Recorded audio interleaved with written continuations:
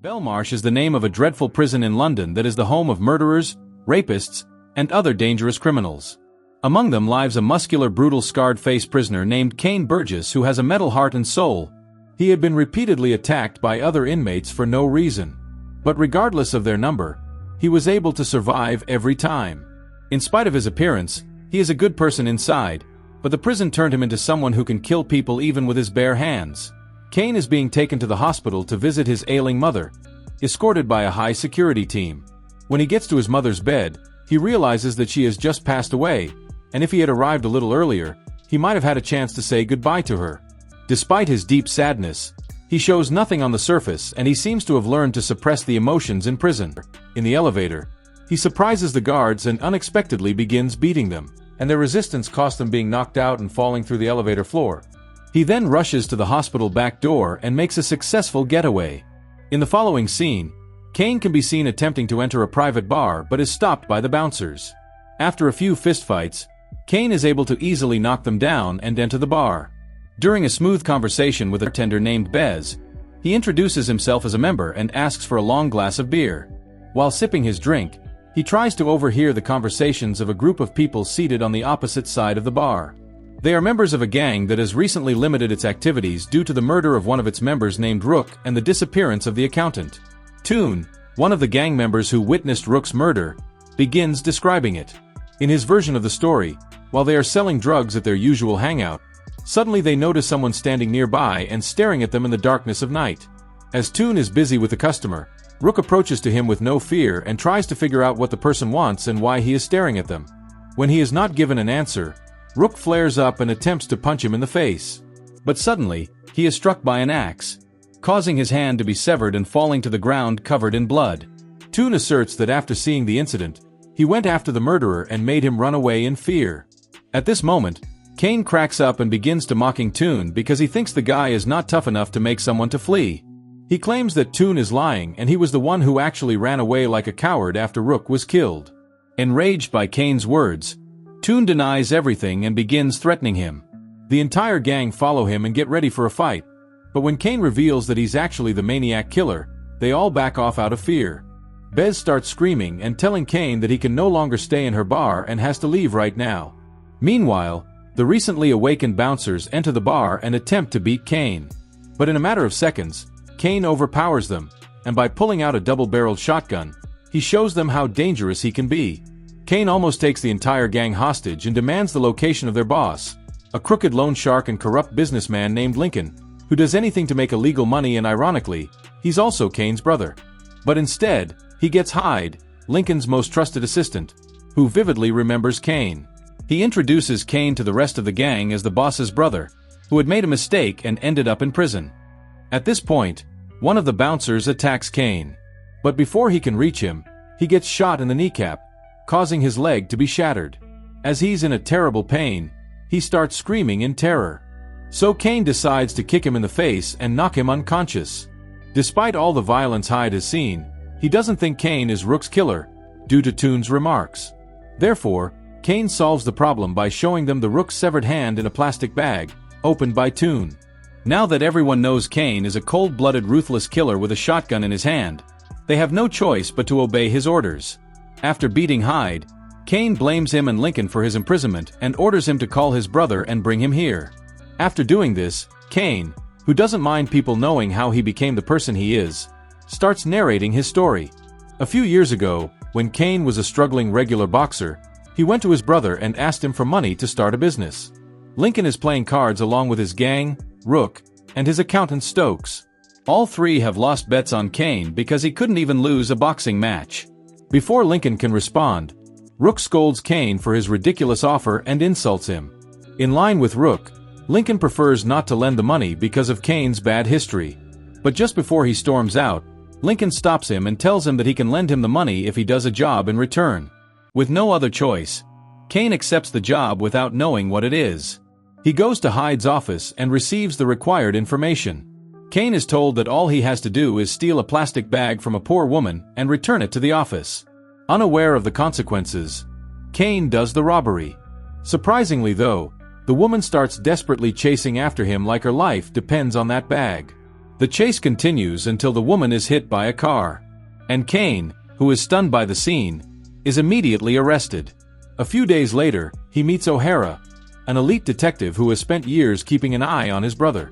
During this meeting, he's informed that his brother runs a dirty loan business in which the prey's borrowed money is stolen before he can use it, which causes the prey to become more and more in debt, and this leads to a point where the business seizes all of the prey's personal property, including their home and vehicle.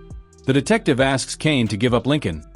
Cain refuses and sticks by his brother. The possibility of his brother helping encourages him to not give up.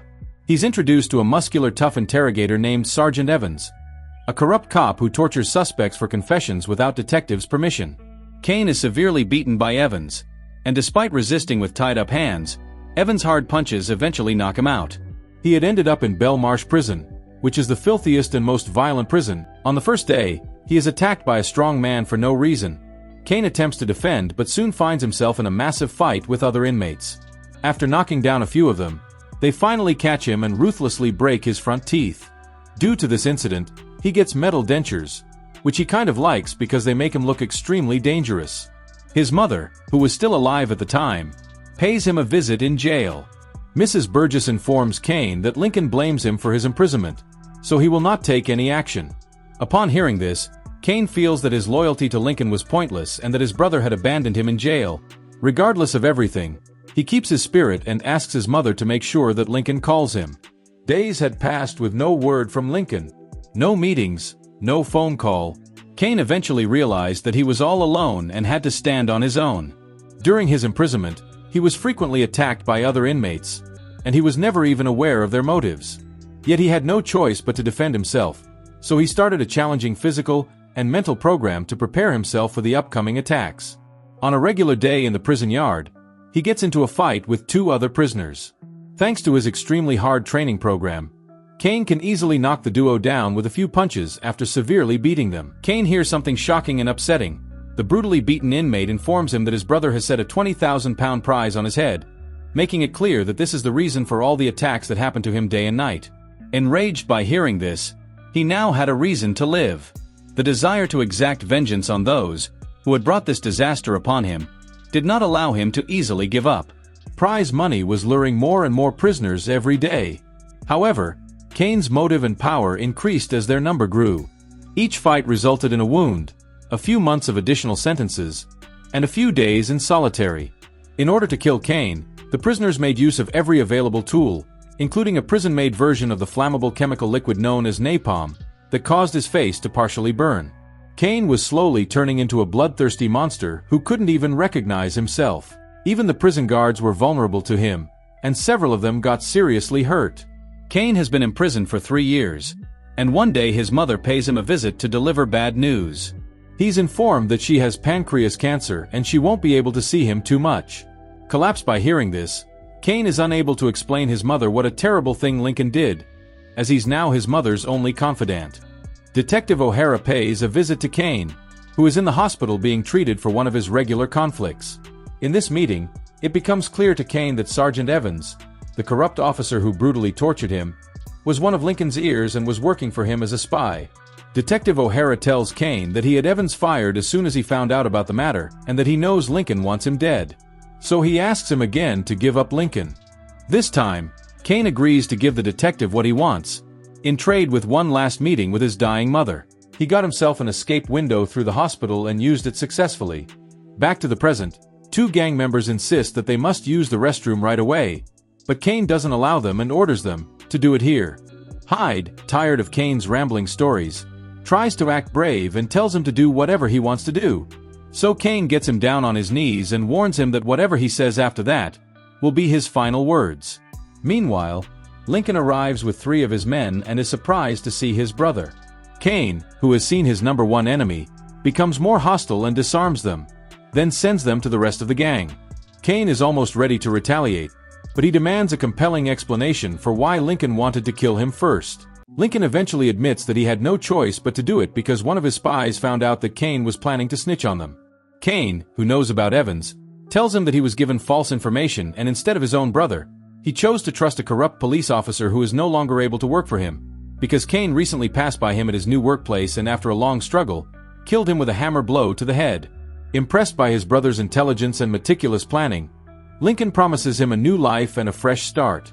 Cain ignores Lincoln's words and instead shoots Hyde and brutally cracks his head, which brings him a sudden death that is more painful for the witnesses.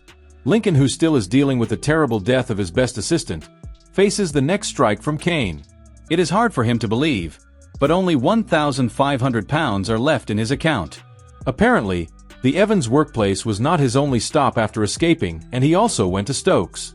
Back to the meeting day with Stokes, he attempts to intimidate Cain by pulling out a shotgun, but Cain takes it as a joke and easily disarms him.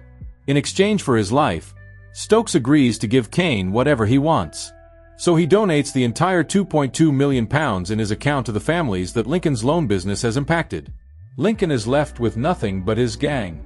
He thinks Cain will be killed this night, as there are only 2 bullets left for him and they are 10 in number. However, Cain says that he only needs one of those bullets, and it's for Lincoln. When Lincoln notices Bez is going to attack Cain from behind, he continues the trash talk. Bez hits him in the head with a bottle and sparks a fierce fight there. Cain immediately shoots one of gangsters in the chest, but then he is quickly attacked by others, causing him to be disarmed. Unable to fight with Cain hand-to-hand, gangsters begin throwing glasses and bottles at him, until Bez gives them a bag full of iron rods, hammers, and knives, so they can slay him. Even these weapons are useless against Cain's unbreakable body and his combat skills, and they are harshly beaten one after another. As usual, Toon is scared and runs off, but this time he returns with a submachine gun and starts shooting at Cain. In a funny way, none of Toon's shots hit him, and after killing one of his own gang by accident, Cain takes his gun and uses the small gift he just received to slaughter a few more. The remaining tough guys are able to attack Cain several times with kicks, punches, and knives. However, one by one they are slaughtered in a horrible way. One by breaking his arm and striking him hard in the head, one by vampire-like biting in the neck, and one by repeatedly stabbing him in the throat. At this point, only Bez, Lincoln, and Cain are left. With a shotgun pointed at Cain, Lincoln tells him that he doesn't care whether the man wanted to snitch on him or not. He had put a bounty on his head simply because he was ruining Cain's reputation among his partners. After revealing the truth, Lincoln pulls the trigger, but he is surprised to find that there are no bullets left. Cain, who was aware that the gun was empty, snickers at him, glad that he didn't fall for Cain's earlier deceptions. Lincoln lashes out at Cain, attempting to stab him with a knife that Bez gave him. A classic man-to-man knife struggle ensues, and Lincoln is finally punished for his evil actions with a stab from his brother. Cain, who appears to have no desire to murder a woman, even a shrew who wanted to kill him, leaves the Bez with the corpse of those she has served for a lifetime. At the end, we see one of Lincoln's prey, surprisedly looking at his account balance, which indicates that Cain has been able to partially make up for his brother's misdeeds. And aside from Cain's satisfaction, the retaliation has benefited the preys, and Detective O'Hara as well.